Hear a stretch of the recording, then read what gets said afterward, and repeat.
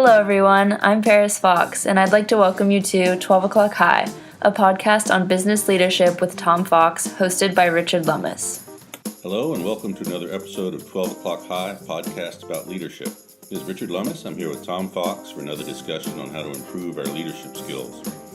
We believe leadership is a skill which can be improved with study of both good and bad practices, and we try to draw interesting examples from many sources, including history, fiction, film, and business writing.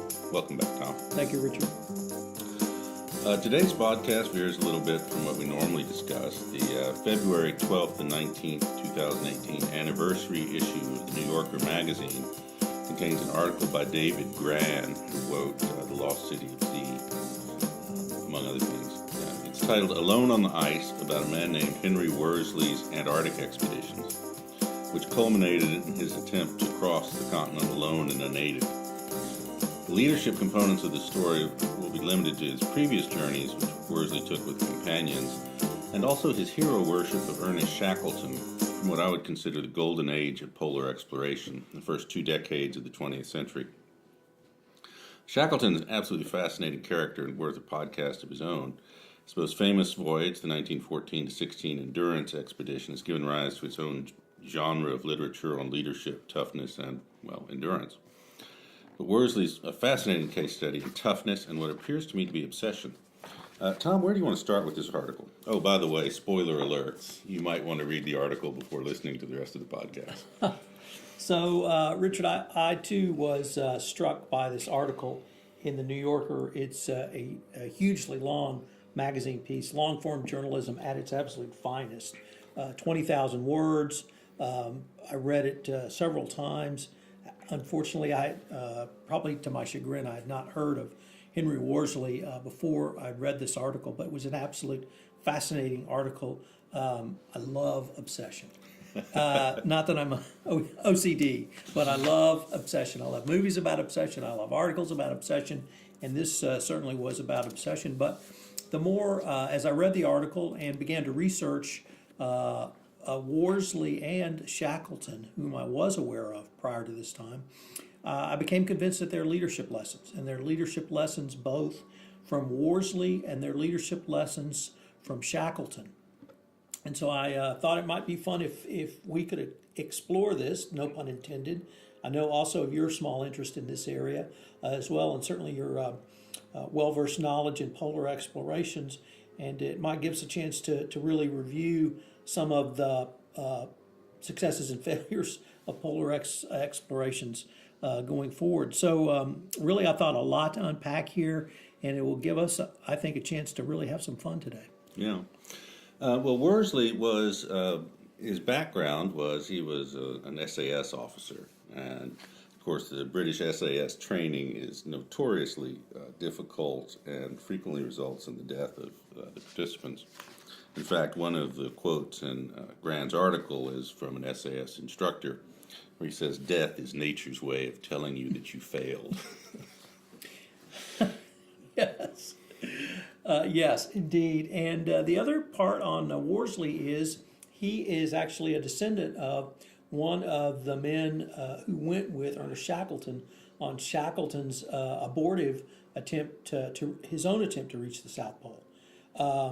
So we had a direct descendant of one of Shackleton's lieutenants, and in 2012, I think, was that his first? I think that's right. Yeah, he came up with the idea of recreating and hopefully exceeding Shackleton in reaching the pole, and he garnered 2 men who were also direct descendants. He found a grandson of Shackleton, and then one other participant, Jason Adams, I believe, who joined. So the 3 of them put together a plan and attempted to, and it did succeed in reaching the South Pole. And for Worsley, it was the article is really replete with his obsession. But what struck me was a couple of things from the leadership perspective. The first was very detailed and I thought thorough preparation. Not simply fundraising, they did that. Not simply making sure they had supplies, they did that. But they spent a couple of years actually physically getting ready and training with Arctic explorers and actually going on Arctic events to get some sense of what they would be up against.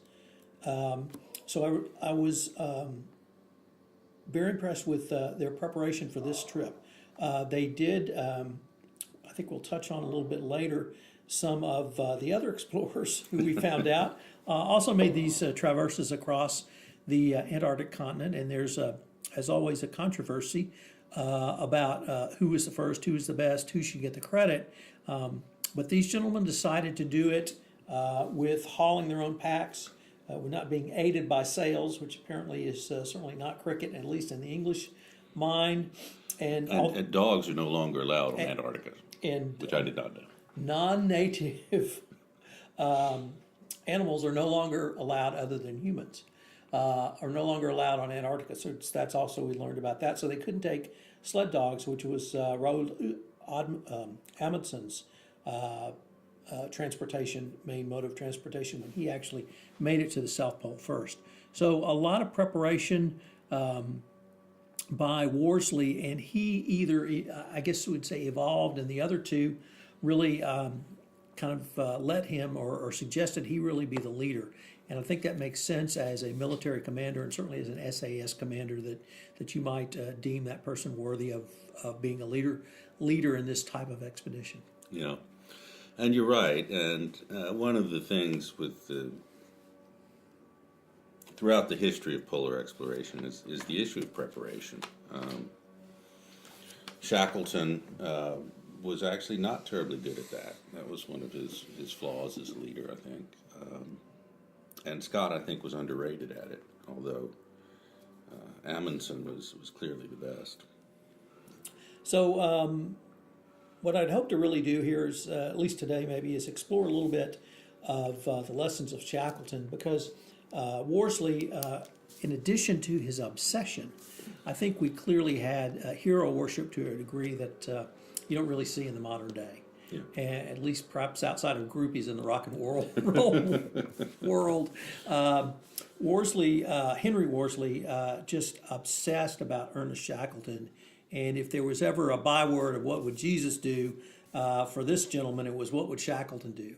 And literally those were many of his thoughts as they were preparing for and crossing the continent. So that led us to take a look at some of the leadership lessons that Shackleton left us from certainly his abortive attempt to reach the South Pole, but also the Endurance expedition.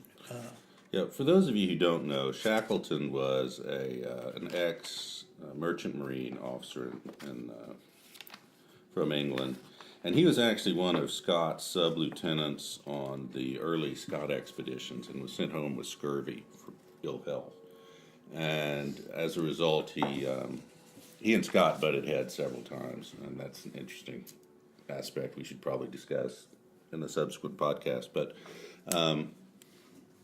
so after that, he mounted a couple of expeditions on his own, and the most famous was the Endurance expedition, when he ignored the advice of whalers on South Georgia Island and proceeded south into heavy pack ice. And the ship Endurance, which was caught in the ice, Shackleton and 27 men were trapped, overwintered, and the Endurance was crushed by the ice and sank, leaving them stranded on the ice floes with no way home, no radio, no GPS, no nothing. And over the course of, I think, about 18 months, Shackleton managed to get every man back alive. You've really just skimmed the surface of the amazingness of this entire expedition, because after the ship was crushed, they made one traverse to another ice shelf.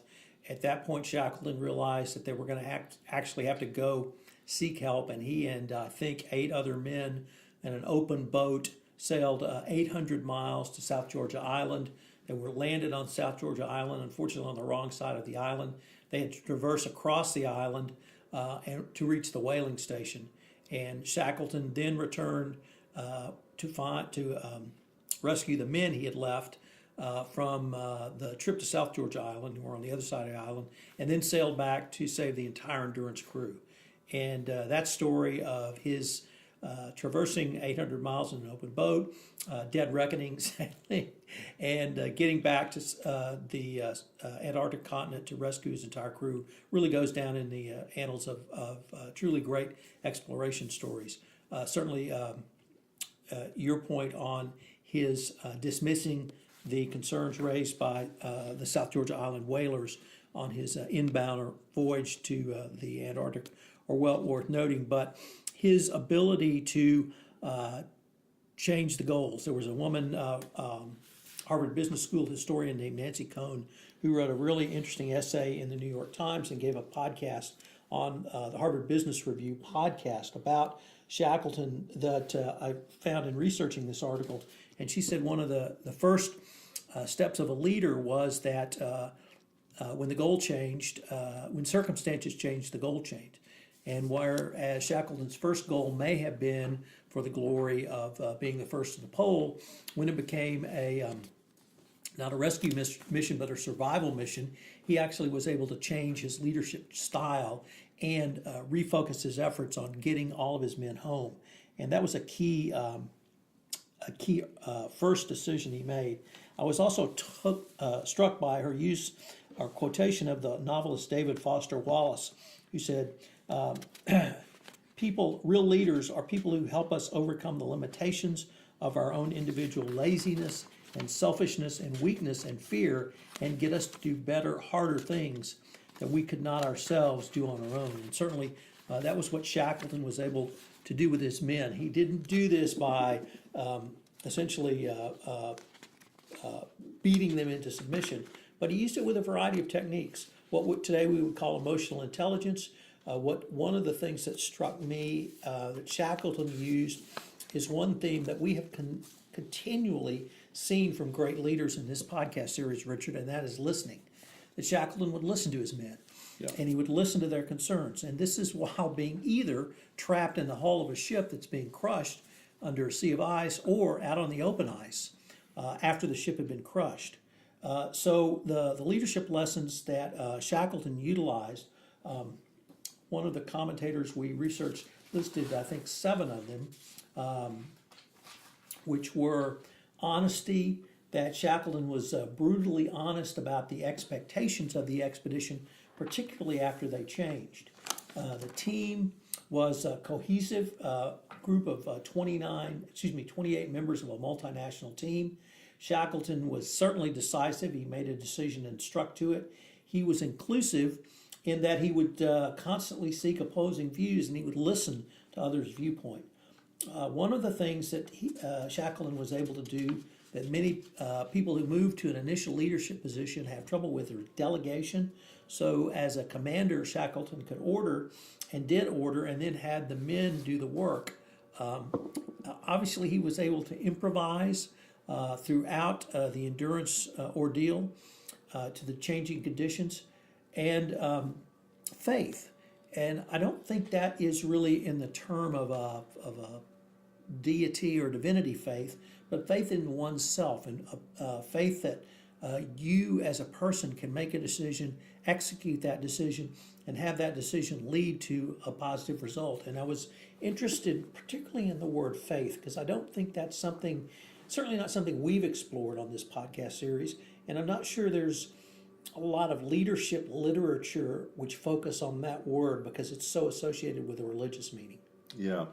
Well, and one of the interesting things with Shackleton is he constantly exuded faith and confidence, and the men believed in him. But if you actually looked at his diaries from the expedition, he's constantly questioning his abilities and his decision, but he never let the men see that, which was a key to keeping up morale. There are a couple of other ways he kept up morale. He took the troublemakers into his own tent, the pessimists, Yes. in order to keep them from infecting the morale of the others. The importance of routine duties. He set up duty rosters that rotated either alphabetically or randomly, depending on the one. And everyone did their share. Everyone pulled their weight. There were no slackers. So let me go back to your first point on the leadership lesson, which actually Nancy Cohn said was leadership lesson number 1, which is once people see you with conviction, there will be some inner sense of confidence that gives people really a lighthouse in a world that's changing as fast as ours.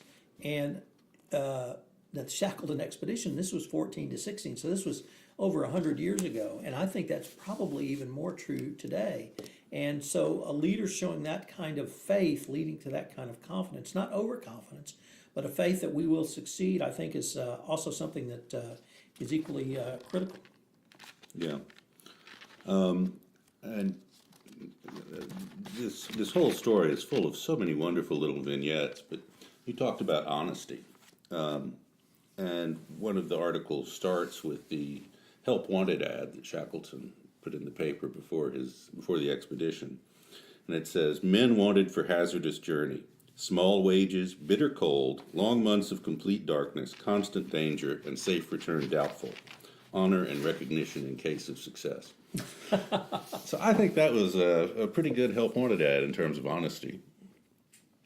So the another point that Cohn brought up on Shackleton was that he paid a great attention to the feeding and watering of his men. They did have dogs with them initially, but those dogs died and they were eventually eaten.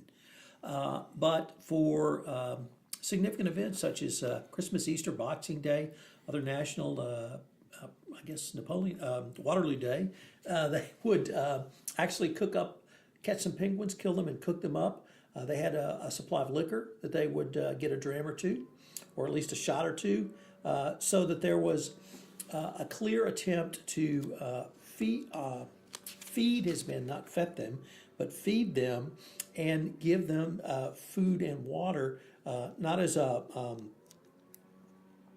not withholding it as a punishment, but rewarding their men on certain occasions. So I thought that was a really interesting point. And the point that Cohn derived from that, which I never considered, was what's the first thing companies cut? Yeah, I really thought that was an interesting point. Which is the free coffee and free snacks. And that she really said that companies really should rethink that, because the feeding and watering of your troops can be a very not only important tool, but a powerful message that you could send.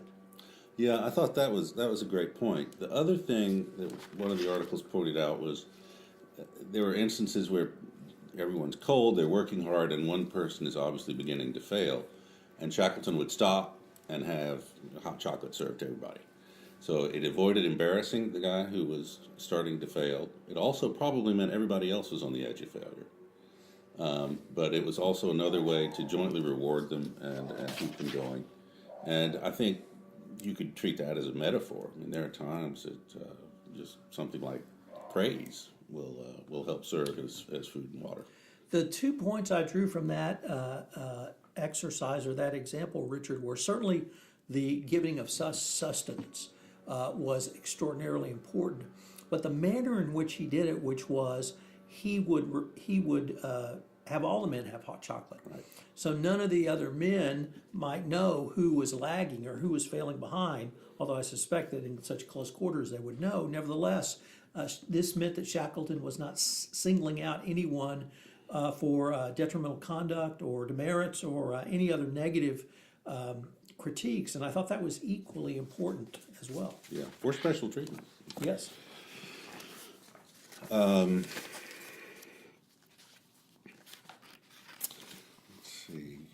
Going forward, there are a couple of other things about, I guess, Worsley and Shackleton.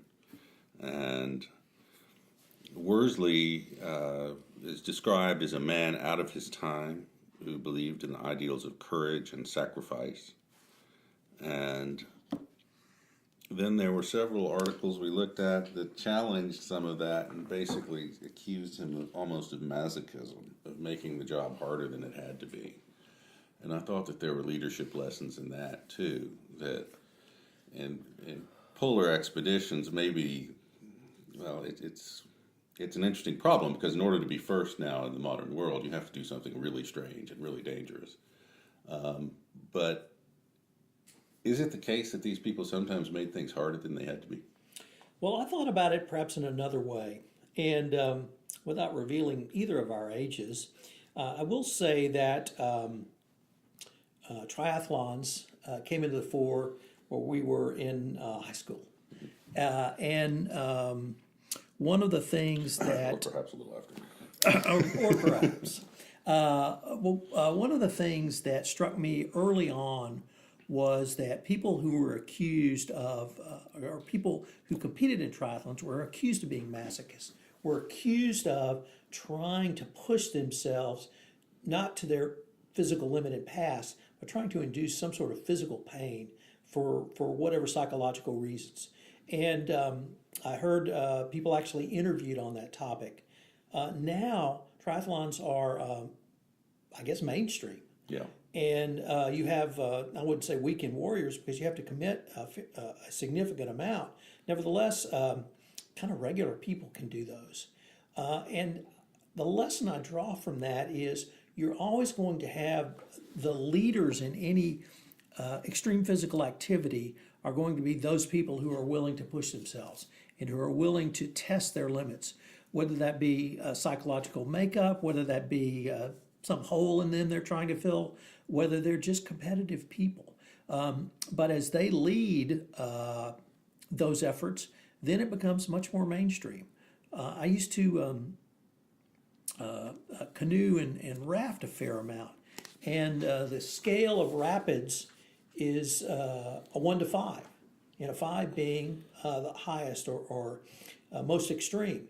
And then above that there's a 6, and a 6 means no one's done it until they have. Then it becomes a 5 because someone's done it. And so I really thought about those points you raised on Worsley. I didn't feel that he was making it harder. What I did feel was he just wanted to challenge himself, and he wanted to challenge himself in a way I agree was obsessive, and certainly beyond what you and I would ever want to challenge ourselves at. Nevertheless, those are the kinds of people who lead the rest of us to something becoming mainstream. So I don't know if that really answers your question, but I really had thought about it in that light. Yeah, no, I think that's a good point.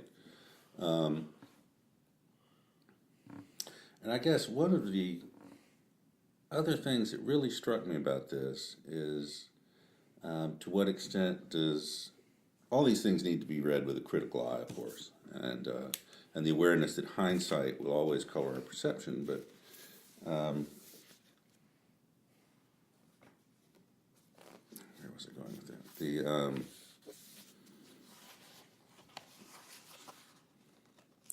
Sorry, blanked on that. Well, I think let's maybe turn to Worsley's last expedition, because I think there are some lessons, some important lessons there. And I say last because he attempted to cross the Antarctic unaided and died in the attempt. And he died because of massive organ failure 71 days into his attempt. He did have modern aid with him in terms of a satellite phone, so he was taken off the ice, but he died in the hospital because of massive organ failure. And I attributed that directly to a point you raised earlier, Richard, was around his sustenance, his eating and drinking. He was dehydrated, he was undercaloried. He made clear, or the article, both the New Yorker magazine article and the article reporting his death made clear that they could not intake enough calories to sustain themselves, so that they were losing weight, losing bulk, losing body mass, losing heat and warmth. And it turns out on his final expedition, his body was literally feeding on itself to cause a massive organ failure. And this is frankly not something that is unknown. You know you're going to expend X number of calories. You got to get close to it. However you put that into your body, whether it be hot white beans, whether it be soup, whether whatever it may be. And so I was really, I don't want to say disappointed, but it seemed to me that was a known risk that he could have managed better. Well, let's go back, because prior to the endurance expedition, Shackleton had led an expedition to the pole. It wasn't alone, it wasn't unaided. And they got, I believe, 80 miles from the pole. Right. And at that point, Shackleton said, we're done, we're going back. Rather than losing all of his men, as Scott did. he got his men back, but he'd failed in terms of reaching that particular objective. He'd recognized that despite how tough these people were, that they had actually reached their limitations. And Worsley seemed not to have that awareness. Maybe because he was alone, I don't know. That's a really interesting point. Unfortunately, with my own body, I cannot determine when I'm about to get injured. I get injured. And so how do I know I'm injured? Well, I'm injured. I don't get a little warning light going off. But perhaps Shackleton could observe his companions and see in them something that he couldn't see in himself. And that is an excellent point, and I really had not considered that in terms of Worsley's last expedition where he did die. I guess the calorie intake, though, is the thing that really bothers me, because I think that's a risk that's known, and that risk, even if you can't manage it precisely, you can at least manage it somewhat. Yeah. And actually, that was one of the things that struck me about the early days of polar exploration, was how poor nutritional knowledge was. They really didn't even understand caloric intake, much less the need for huge amounts of vitamins. I guess they understood scurvy at that point, but that was about it.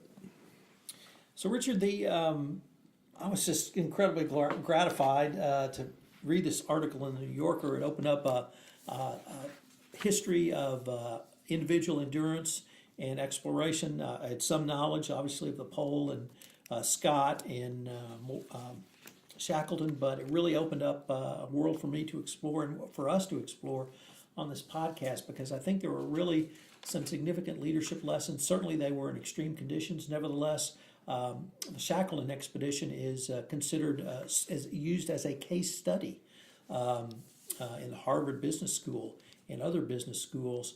And if we could end on maybe this point, both Nancy Cohn and other authors that I came across in researching this made clear, though, that when they teach this to business executives, one of the critiques is he failed. Yeah. And that there was failure, and that as great as a leader as you may be, at the end of the day, was he successful? And Cohn seemed to point to his original mission was clearly not successful. But his pivot to the new mission of not only survival, but getting his men off alive, he was successful. And so in that account, she believed he should be credited. But it was a fair point to say that his original mission was not successful. Okay, well, going back to earlier, it was not successful. And the other thing was Shackleton's reputation was not that great. Because they came back in 1916 to the horrors of the First World War. Yes. They had failed in their mission to reach the pole, and so basically he was a footnote to history until Lansing wrote, well, he released his own memoir called South, and I was going to suggest for future reading, first of all, that you go read the Grant article. I thought it was spectacular. Shackleton's South is very good, but his reputation was really made, I think, by Lansing's Endurance, which came out in the late 50s.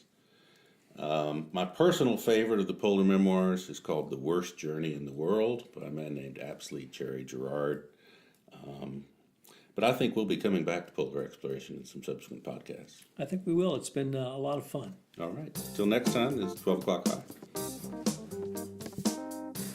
This is Paris Fox again. We hope you enjoyed this episode of 12 O'Clock High, a podcast on business leadership with Tom Fox. If you enjoyed the show, please go to iTunes and rate the podcast. Thank you for listening.